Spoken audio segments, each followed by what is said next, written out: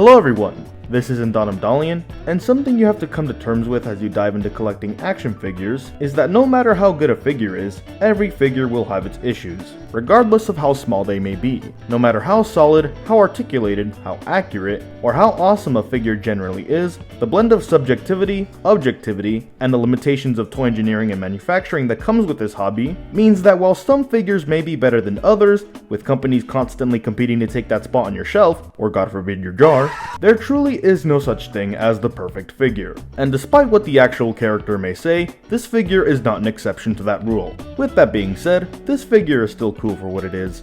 The Dragon Star's Cell Final Form, or alternatively, the Dragon Star's Perfect Cell is an action figure released by Bandai through their Dragon Stars line, an affordable line of articulated figures from the Dragon Ball franchise that, in exchange for a lower standard of general quality, will spare you from self-inflicted organ trafficking. While this line can be a mixed bag, the line as a whole is set to be a decent alternative to more premium options, and I'd say Perfect Cell is a good example of this notion. Despite that, it is, in fact, far from perfect.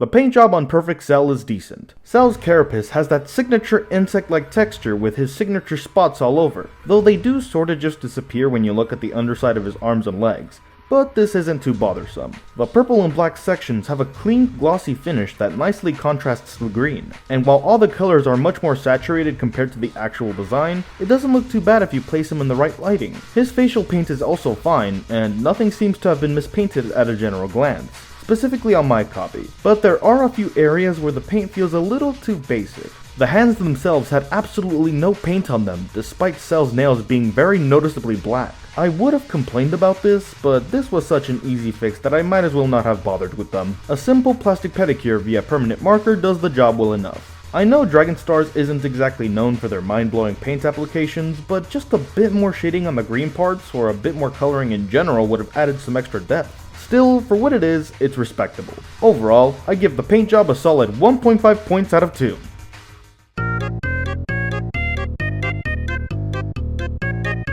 The sculpting on Cell is probably the figure's strongest aspect. While I'm not the biggest Dragon Ball fan, or even saw that much Dragon Ball content growing up, I weirdly remember seeing a lot of the Cell saga when I was a fetus, and because of that, my favorite Dragon Ball villain would end up being Perfect Cell himself. After getting through his first two forms, Perfect Cell is such an awesome mix of charismatic, intimidating, humorous, yet weirdly noble, and while he acts like a huge dick at times, you can't help but like the guy.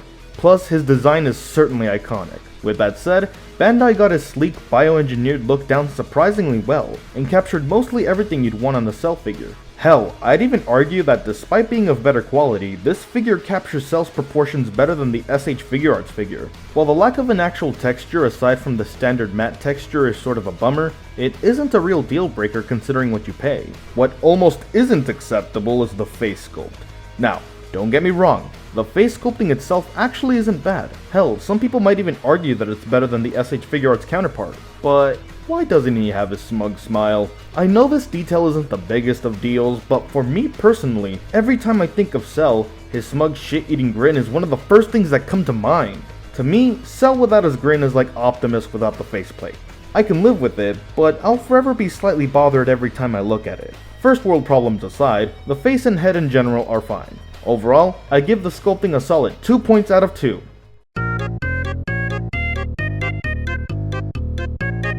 The articulation on Cell is okay? This is where the Dragon Stars line can be pretty hit or miss, and Perfect Cell is no exception. He's got the basic articulation you'd want on any Dragon Ball figure. Some ball joints, hinge joints, the whole shebang. But when compared to an SH figure, he generally struggles to keep up. He can take on basic poses, but it's a bit troublesome to get him in a good Kamehameha pose. And you can't even get him in a proper crossed arms pose. He looks like that one guy at a party who awkwardly stands in the corner trying to act all cool and mysterious, but in reality, he's just too socially anxious to get himself to actually talk to anyone.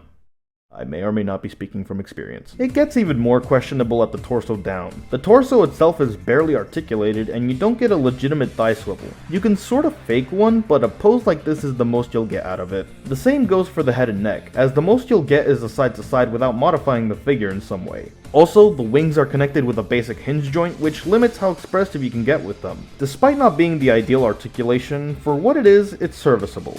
And it's still pretty articulated for a figure of its quality. Overall, I give the articulation 1.5 points out of 2.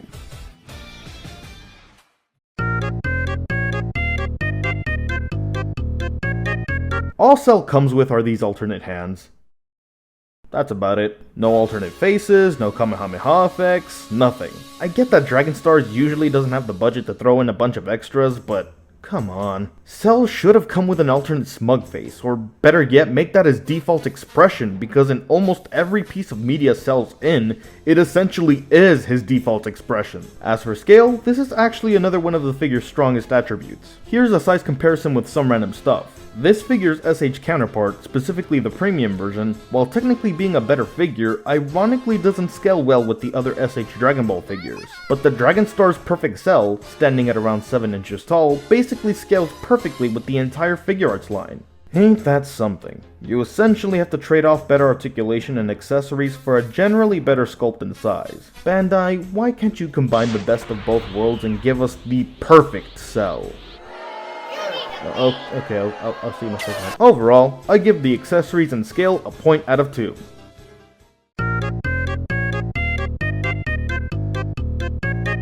As for the price and accessibility, this is where most of the figure's grievances can be forgiven. Cell only goes for about $20 to $25, and he can also be found at most major retailers, such as your local Walmart, where I got my copy. You can also get him online, albeit for somewhat higher prices, from $30 to $35.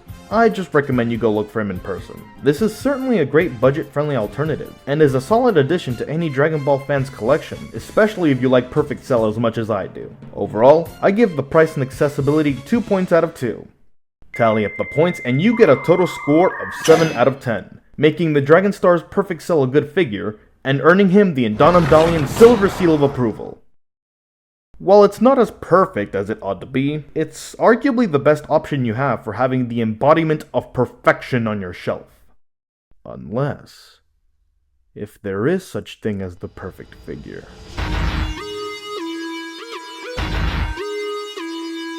And it's all over the screen. Great.